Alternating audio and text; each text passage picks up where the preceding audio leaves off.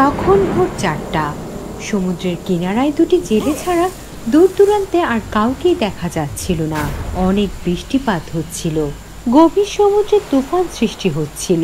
এটা দেখে তারা দুজন সমুদ্রে না গিয়ে নিজেদের নাও কিনারায় বেঁধে রাখার চেষ্টা করছিল। ভাই মাঙ্গেশ, বৃষ্টি তো ঠিকই আছে, কিন্তু তুফানই সবকিছুর 12টা বাজিয়ে দিল। ভাগ্য বন্ধু, ভাগ্য।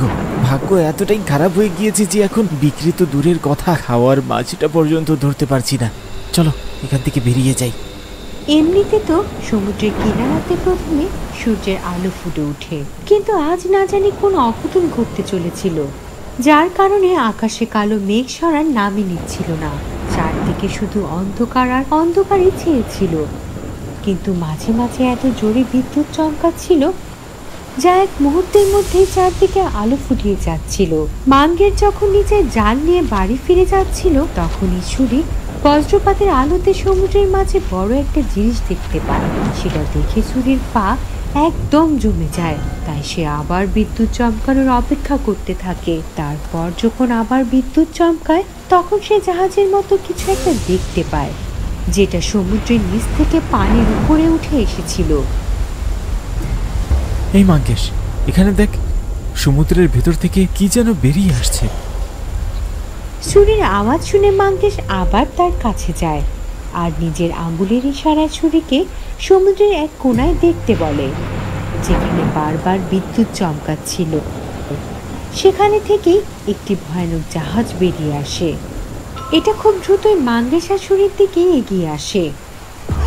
তারা কোনো কিছু বুঝে ওঠার আগেই সেটা তাদের একদম কাছে চলে আসে। সেটার হাত থেকে বাঁচার জন্য তারা উল্টো দিকে দৌড়তে থাকে, কিন্তু জাহাজ থেমে যেতে দেখে তারা আবার ফিরে আসে। ওই জাহাজ থেকে ঝর্ণার মতো পানি ঝরছিল। তারা দুজন জাহাজের কাছে গিয়ে ডাকাডাকি করতে শুরু করে, বারবার জিজ্ঞাসা করতে থাকে জাহাজের ভেতরে কেউ আছে কিনা, কিন্তু জাহাজের ভেতর থেকে কোনো আওয়াজ বের হয় না। এতে মাঙ্গেশ বলে, মনে হচ্ছে এই জাহাজে কেউ নেই। কিন্তু কিনারে আসলো কিভাবে? কোনো ভূত প্রেতের চক্কর নাকি রে ভাই? ছুরি এটা বলতেই জাহাজের ভেতরে থেকে একটি কঙ্কাল উড়ে এসে তাদের পায়ের কাছে পড়ে। এটা দেখে তারা খুব ভয় পেয়ে যায়। তারপর ছুরি চিৎকার করে বলে, মাঙ্গেশ পালা, মাঙ্গেশ এখান থেকে পালা। ছুরির চিৎকার শুনে মাঙ্গেশ তাদের বস্তির দিকে দৌড় লাগায়। ঘরে ফিরে তারা দুজন ঘুমানোর চেষ্টা করে, কিন্তু কোনোভাবেই ঘুমাতে পারে না। সারা রাত তাদের মনে হতে থাকে তারা দুজন জাহাজের ভেতরেই আছে আর ভূতেরা তাদের ঘিরে রেখেছে, যার কারণে সকালবেলা দুজনই একসাথে চিৎকার করে ঘুম থেকে জেগে উঠে। ঘুম ভাঙতে তারা দুজন বাইরে ফিসফিস শুনতে পায়। বাইরে বেরিয়ে জানতে পারে শিপ বেরিয়ে আসার খবর চারদিকে ছড়িয়ে গিয়েছে। অনেকগুলো সরকারি অফিসার এসেছে শিপের তল্লাশি করার জন্য। ওই শিপ কোথা থেকে এসেছে জানার চেষ্টা করছে। পুরাতন রেকর্ড থেকে জানা যায় ওই শিপ আজ থেকে 20 বছর আগে ডুবে গিয়েছিল, কিন্তু কখনো ভেসে ওঠেনি। কখনো জানা যায়নি এই জাহাজ সমুদ্রের তলদেশে কোন স্থানে চাপা পড়েছে। কই গিয়েছিল গায়ে? এই জাহাজটা কি সমুদ্র থেকে বড়? না না মাঙ্গেশ, আমার মনে হচ্ছে এখানে কোনো ঘাপলা আছে। যদি একেবারে গায়েব হয়ে যেত, তাহলে ফিরে আসলো কিভাবে? তাও আবার ঠিক 20 বছর পর। আর তুই কি শুনেছিলি ওই জাহাজের কেউই জীবিত ছিল না?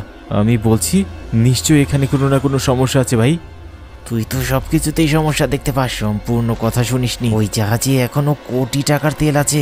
কিছুদিন পর তারা সেটা বের করার কাজ শুরু করবে। হ্যাঁ তো আজ রাতে আমরাও একটু তেল বের করে নেব, কেউ জানতেও পারবে না। আরে এমনিতেও আকাশের অবস্থা দেখে মনে হচ্ছে বেশ কয়েকদিন আমরা মাছ ধরার জন্য বের হতে পারবো না। কিন্তু কোনো কিন্তু নয়, আজ রাতেই আমরা ওই জাহাজে যাব। দেখিস কাল সকালে আমরা লাখপতি হয়ে যাব। ছুরির ওই জাহাজে যাওয়ার প্ল্যান ভালো লাগছিল না, তাও আবার রাতে। কিন্তু তবুও সে মাঙ্গেশকে না করতে পারেনি। তারপর ঠিক রাত 12টায় তারা দুজন আবার সমুদ্রের কিনারায় যায়। আবহাওয়া তখনও অস্বাভাবিক ছিল। হালকা বৃষ্টিতেও জোরে জোরে বজ্রপাত হচ্ছিল। মাঙ্গেশ আস্তে আস্তে জাহাজের কাছে যায়। তারপর রশি ঘুরিয়ে সেটা শিপের মাথায় আটকে দেয়। তারপরে উপরে উঠতে শুরু করে। সুরিও ভয়ে ভয়ে তার পেছনে পেছনে উঠতে থাকে। এমন সময় হঠাৎ করে খুব জোরে বিদ্যুৎ চমকায়। এতে তারা দুজন একে অপরের সাথে ধাক্কা খেয়ে মাটিতে পড়ে যায়। তারপর যখন তাদের চোখ খুলে তখন তারা সমুদ্রের কিনারায় নয়, তারা মাঝ সমুদ্রের ঢেউয়ে ভাসছিল। সেখানে চারদিকে শুধু পানি আর ঘন অন্ধকার ছেয়েছিল। এই সুরি, হঠাৎ করে এই জাহাজ সমুদ্রের মাঝে আসলো কিভাবে রে? আর এরা? এবার সুরির মতো মাঙ্গেশও বুঝতে পেরেছিল এই জাহাজে কোনো না কোনো সমস্যা আছে, নয়তো কিনারায় থাকা জাহাজ মাঝ সমুদ্রে আসলো কিভাবে। আর এখন তো এই জাহাজের মাঝে কিছু লোকদের আনাগোনাও দেখা যাচ্ছিল, কিন্তু এরা কারা? মাঙ্গেশ ভয়ে ভয়ে সুরিকে এসব বলছিল। এমন সময় একটা বাচ্চা হাসতে হাসতে সুরির কাছে আসে, তারপর দরজা খুলে ভেতরে চলে যায়। এখন এই বাচ্চাটা কি সুরি? হয়তো আমি ওকে চিনি, কিন্তু এখন মনে পড়ছে না। মাঙ্গেশ সুরিকে আর কোনো কিছু জিজ্ঞাসা করার আগেই তার পেছন থেকে একটি আওয়াজ আসে। সামার্থ বাবা, খুবই সাবধানে, নয়তো তুমি কিন্তু পড়ে যেতে পারো। এই আওয়াজ ওই শিপের ক্যাপ্টেনের ছিল, যে তার ছেলের পেছনে পেছনে যাচ্ছিল। সুরি আর মাঙ্গেশ ক্যাপ্টেনকে দেখে এক জায়গায় লুকিয়ে পড়ে, কিন্তু ক্যাপ্টেন দরজার ভেতরে যাওয়ার আগে তার অকিটকিতে একটি আওয়াজ আসে, তাই সে আবার কন্ট্রোল রুমে চলে যায়। তারপর সুরি দৌড়াতে দৌড়াতে ওই দরজার ভেতরে যায়। ওই ক্যাপ্টেনের ছেলে যে দরজার ভেতরে ঢুকেছিল। সিঁড়ি থেকে নিচে নামার পর ভেতরের গ্যালারির দুই দিকে অনেকগুলো ঘর দেখা যাচ্ছিল। ওই ক্যাপ্টেনের ছেলে এমন ভাবে ঘুরে বেড়াচ্ছিল যেন সে কাউকে খুঁজছে। হঠাৎ সে একটি দরজার কাছে যায়, তাতে লাগানো কাঁচ দিয়ে সে ঘরের ভেতরে কি হচ্ছে তা দেখার চেষ্টা করে। কিছুক্ষণের মধ্যে তার পা একদম জমে যায়, চেহারায় ভয় ফুটে ওঠে। সে যখনই ফিরে যাওয়ার জন্য পেছনে ঘুরে তখন হঠাৎ করে গ্যালারির লাইট কাঁপতে শুরু করে।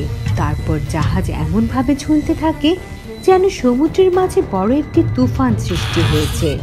এমন সময় হঠাৎ করে দরজা খুলে যায়, আর কেউ একজন ওই ক্যাপ্টেনের ছেলেটার পা ধরে টানতে টানতে তাকে ভেতরে নিয়ে যায়। মাঙ্গেশ আর সুরির মূর্তির মতো দাঁড়িয়ে দাঁড়িয়ে এসব দেখছিল। তাদের এসব খুব আজব লাগছিল। এইসব দেখে মাঙ্গেশের আর এক কদমও এগিয়ে যাওয়ার সাহস হয় না, কিন্তু সুরি ওই বাচ্চার চিৎকারের আওয়াজ শুনতে পাচ্ছিল, তাই সে কাঁপতে কাঁপতে ওই রুমের দিকে এগিয়ে যাচ্ছিল। ওই রুমের ভেতর থেকে এখন কিছু মানুষের কথা বলার শব্দ শোনা যাচ্ছিল।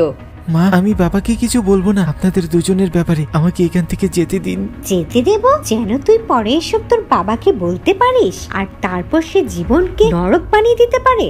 এমনিতে তোর বেবি সিটিং করতে করতে আমি ক্লান্ত হয়ে গিয়েছি, আজ বরং তোকেই শেষ করে দিই। তোকে মেরে এই সমুদ্রের মাঝে ফেলে দিব। পৃথিবীর সামনে তো আমি তোর মাই, 2 ফোঁটা চোখের জল ফেলে সবাইকে বিশ্বাস করিয়ে দেব।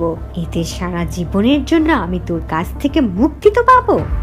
যখন সুরি এসব দেখে আর শুনে তখন তার মনে পড়ে যায় এটা তার ছোটবেলার বন্ধু সামার, যার সাথে সে সমুদ্রের কিনারায় খেলতো।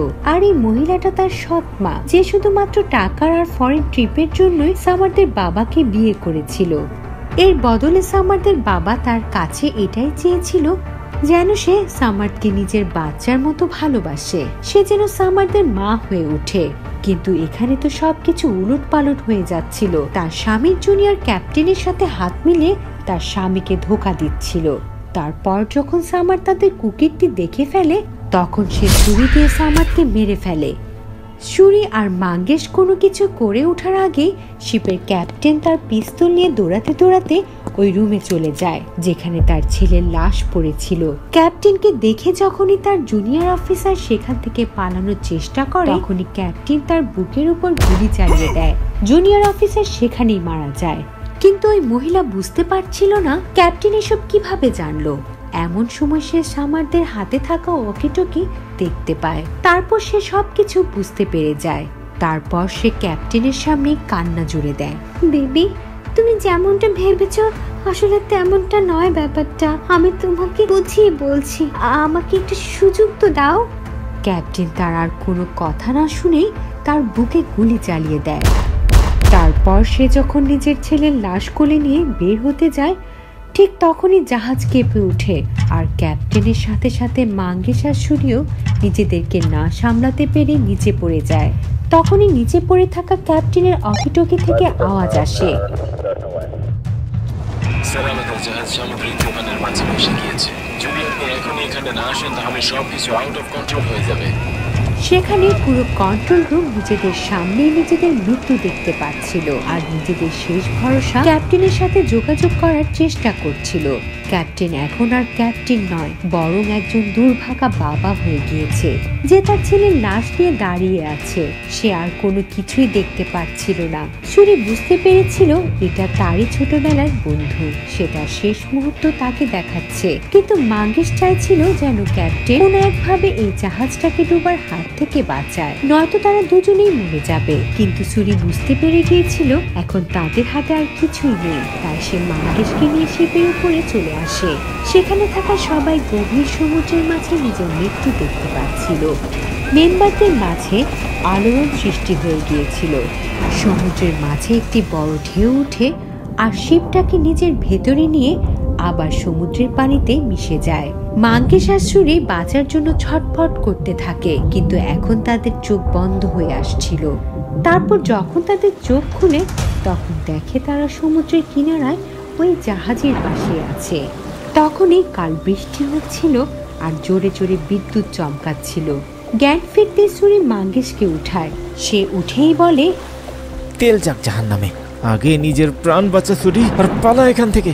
এ কথা বলেই সুরিকে সেখানেই ফেলে মাঙ্গেশ সেখান থেকে পালিয়ে যায়। হয়তো সে তার প্রকৃত বন্ধু ছিল না, কিন্তু সামার্ড মরে যাওয়ার পরও তার বন্ধুত্ব বজায় রেখেছে আর সুরিকে মনে করিয়ে দিয়েছে সে তার ছোটবেলার বন্ধু ছিল, যে এই বিশাল সমুদ্রে হারিয়ে গিয়েছিল, তারপর আর কখনোই ফিরে আসেনি। ভয়ে ভরা এমন গল্প দেখার জন্য এখনই সাবস্ক্রাইব করুন ডুডু টিভি হরর বাংলা। আর যদি আপনি চান আপনার ভয়ানক কাহিনীও মানুষ জানুক, তাহলে এক্ষুনি ডুডু টিভিতে ইমেল করুন। হয়তো পরবর্তী রূপ কাঁপিয়ে দেওয়ার মতো কাহিনী আপনারটাই হবে।